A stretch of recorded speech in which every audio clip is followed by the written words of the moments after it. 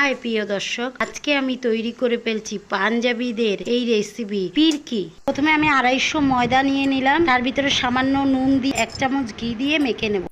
অল্প অল্প জল দিয়ে ডোটা তৈরি করে ফেলছি। 2 চামচ তিল দিয়ে শুকনো তেলে ঘি দিয়ে ভেজে নিচ্ছি। এবার একইভাবে সুজিটাকে তেলে নিয়ে ঘি দিয়ে ভেজে নিচ্ছি। এবার ভাজা হয়ে গেছে, হাফ গ্লাস দুধ দিয়ে নেড়ে নেব।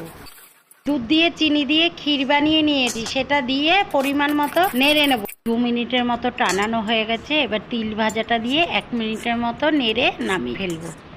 রুটির মতো বেলে কিভাবে তৈরি করে নিচ্ছি পুর ভরে দেখে নিন।